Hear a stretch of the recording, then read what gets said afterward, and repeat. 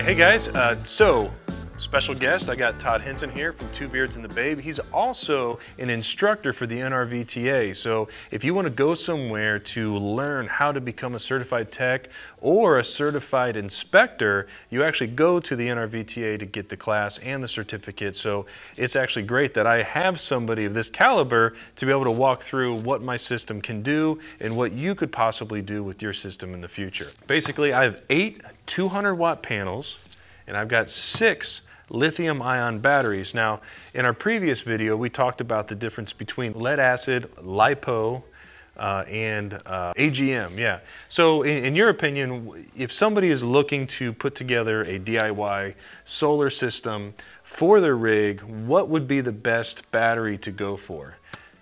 Well, I mean, so what you get with the lithium batteries is 2 things. One, you get a lot of weight back, right? So these are 1/3 of the weight or half the weight of a small lead acid battery. These are on average about 30 pounds. Right. A small 12-volt lead acid battery is about 60 pounds. Okay. Now you're talking those AGMs, they'll go up to 100 pounds each. So this could be 600 pounds.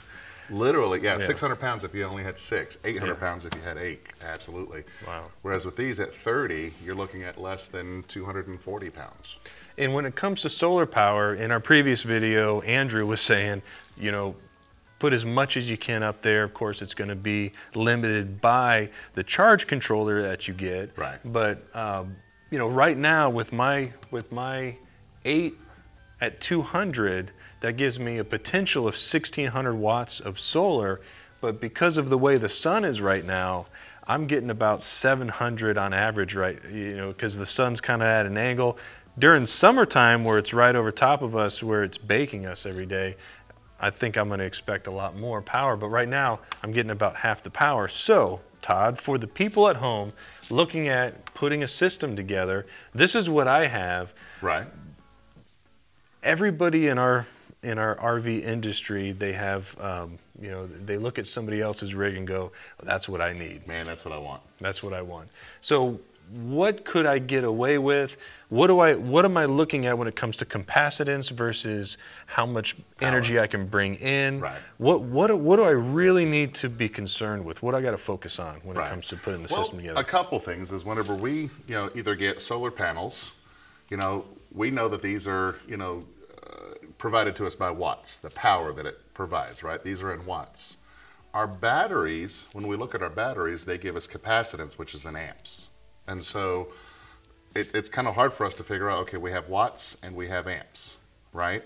So the first thing that we need to do is we need to understand the relationship between watts and amps. Okay. Because our solar panels, they don't provide power directly to our, whatever it is we're charging. I mean, whatever it is we're using, our TVs, our refrigerators. That would be our inverter. Right. Yeah. So what happens is the solar panels recharge the batteries. We actually pull power from the batteries. For the most part.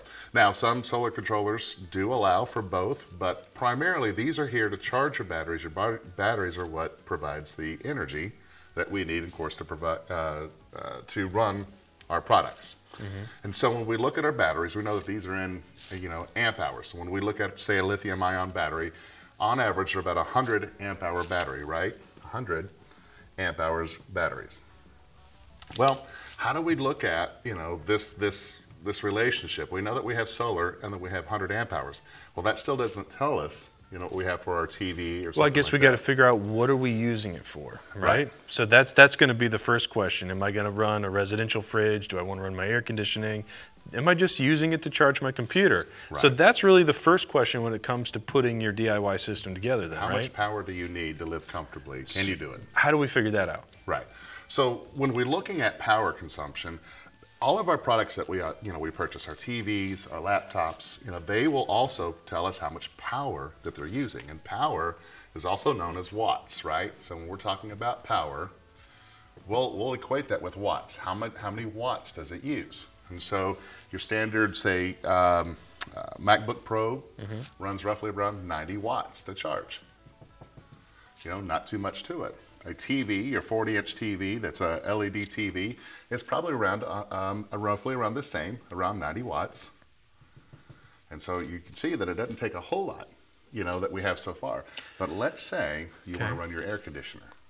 Okay. Or my residential fridge. That's a big one. Everybody's got, you know, a fridge, and if you're not using propane, it's using power. Right. So on the fridge, we're looking anywhere between 300 and 500 watts. And so as you see, what I'm doing is I'm taking an assessment of what I need power consumption wise in order to live, you know, comfortably with solar. Now, people say, well, what about my microwave? Typically, you're only using that for 1 minute to 2 minutes. Right. You know, 15 minutes when you're cooking a ribeye. But how do you figure that out? Or my Foodie Ninja. Right. Woo, Foodie Ninja. Link in the description. You need that. Right. And so whatever it is, let's say the Foodie Ninja, okay? So the Foodie Ninja will tell us that it actually uses right at 1,750 watts. Of pure joy. It's wonderful. Come on, chicken wings. So in order to find out, again, this relationship between watts and amps, we understand that there's three variables that we have. We have watts, we have amps, and those are the two that we see, but also the amount of volts that we're using. And everything that we're talking about here, our laptops, our TVs, our Foodie Ninja grill, they all work off 120 volts. Right, that's our 120 volt side of our rig. Right. Okay. So again, our batteries are at 12 volts. So right now we're gonna focus on the 120 volts. So we have this right here. This is our Ninja Foodie, right? And so with this, we just simply, the relationship between volts and amps is to simply take volts times amps equals watts. Okay. But in this case, I have watts. So I just divide it by volts. By my volts, right? So I take 1750 and I divide it by 120. So that's 14.5. 14.5 amps. Wow, so when I put my Ninja Foodie in a 15 amp socket, that's it. There's nothing else going on. Or I'm going to be flipping a breaker. Right. Right. Okay. So now we understand the conversion. We see what, you know, the power or the what we're using here with amps. Now we can go back over to our battery. Now, does that just 14 amp, is that 14 amp hours? If we were to run the Ninja Foodie for an hour, it would consume 14.5 amp hours. And whatever's in it, because let's be honest, after an hour, there's nothing left. Right, it's just barbecue. I mean, so that's easy. That's it. If I just made a list of everything that I'm running, divide that by 120, that's going to give me my amp hours if I'm actually using it for a full hour. So I guess that would give you a fudge factor then, if you just assume that we're using everything for an hour. Yes. Now there's a couple things. Now there's still one more formula that we have to do. All right, this is getting exciting. It's making sense. Our batteries are rated at 12 volts. Okay? Uh-oh. So you have 100 amp hours per battery on a lithium ion battery, but it's at the pressure of 12 volts. Uh-oh. Well, 12 is basically 1/10 of 120. It's the same thing with a 0. Right. So all we're going to do is move the decimal over. Each battery, if we were to take just one lithium ion battery and run it for an hour, it will provide to us roughly 10 amp hours. At 120. At 120. So that just makes it easy to figure out how many batteries I need. Right, just remove the 0. So if each battery is 100, we'll just say that each battery is worth 10 amp hours. So we've got 10, 20, 30, 40, 50, 60 amp hours. At 120 volts. At, 120 volts. So then I can take that information and figure out how much TV I can watch. Make sure, you know, now that's again for 1 hour, you know, and that's what your battery consumption would be if there's not help. So when people ask, how much power do I need? Well, it depends on how much you're using. Right. So if you can figure out how much you're using by how many watts each appliance or each device is using, we would divide that by 120. And then since we're looking at amp hours at 12 volts, we need to bring that to 120. So move the decimal point. So on average, you can just say that each one's going to be 10. If you have a 200 amp hour AGM, you know, you can change that. But the Battleborn batteries we use are 100 amp hours. So that really makes it simple. So if I know exactly what I have, I can figure out how many batteries I need to last me the whole day. How do I figure out how many solar power? So I guess for me, I have extra capacitance. So I could have actually gone smaller on my solar. Right, it could have, yeah. Because I'm not really using as much when I'm out there. But actually, we didn't figure I use my air conditioning for my rig, so that kind of eats up the rest of it. So it does, and again, that's just good for, you know, you got 60 amps for 1 hour. Right. Now, if you want to run that all day, you got to divide that by 12. Or how many hours you're open. Well, right? now I need more batteries. Right, now you need more batteries, yeah, because we're talking, you're not using 60 amps per hour. Right. But I mean, if you were to consume 60 amps, these batteries would die in 1 hour. Right. If you run it all the way through. So. All right. So solar, how many panels should I get? And again, that's based on your charge controller, right? That's going to be your limiting factor. Yeah. Whether you have 1 or 2 or an MPPT, you know, you'll need to get the right controller. But with that, now here's the thing: what we know about our the way our setup is in the RV is that we can expect roughly about 6 hours of sunstrike. Of sun. How about that? It's not as pretty as yours. And so with that, we're getting, I mean, and again, depends on where we're at, but just roughly about 6 hours of sunstrike in order to recharge our batteries, right? So within that 6 hours, however many panels we have, right? So let's say it's at 200. If we were able to get 6 hours at 200, then we can see that we're getting what? You had what, 8 panels? Yeah. So 1600 watts. Okay. Now in here, let's just go ahead and divide this by 12 because that's what's going in the battery from our solar controller. I know that was like quick. I was sitting there thinking, oh, what is that? So we're talking 133. 133 amps per hour, right, at 12, right? Now these batteries hold roughly about 100, so we can see that maybe if these batteries were all dead, probably about 6 hours to recharge all these if we had 6 hours of sunstrike. If all our batteries were dead, so on average it would take half a day to refill your batteries if your batteries were completely dead. And that's if we're actually getting 100%. If you're getting 100% efficiency. Right. Which I've yet to see anything past really 65%. No, we have internal resistors in our inverter. We have internal resistors even in our panels here. So yeah, we have trees, we have bird poop, we have all sorts of pollen buildup. Yeah. Rule of thumb, 90% is what you really need to look at. So just know that you're never going to operate at 100% efficiency. With all of our conversions, run it roughly around 90%. So if you need 1500 amps or 1500 watts, you may want to go ahead and have a system that'll give you 16, maybe 1700 watts. Now, I want to talk about one more thing that it's kind of new. It's been out for a couple years, I believe, but the smart phase selector. Now, I'm excited about that. This isn't something that is very common, but my friend Andrew from Poland Solar showed me this, and he saw this from, what was the company? AM Solar. AM Solar, there's a guy there that actually invented this product. And what it does is it allows you to take your pedestal power, right? Your power that is at the RV. Say you're using a 50 amp rig, but this is a 30 amp connection. It's the only thing you can do. So I take my 30 amp connection and it eventually goes into my smart phase selector.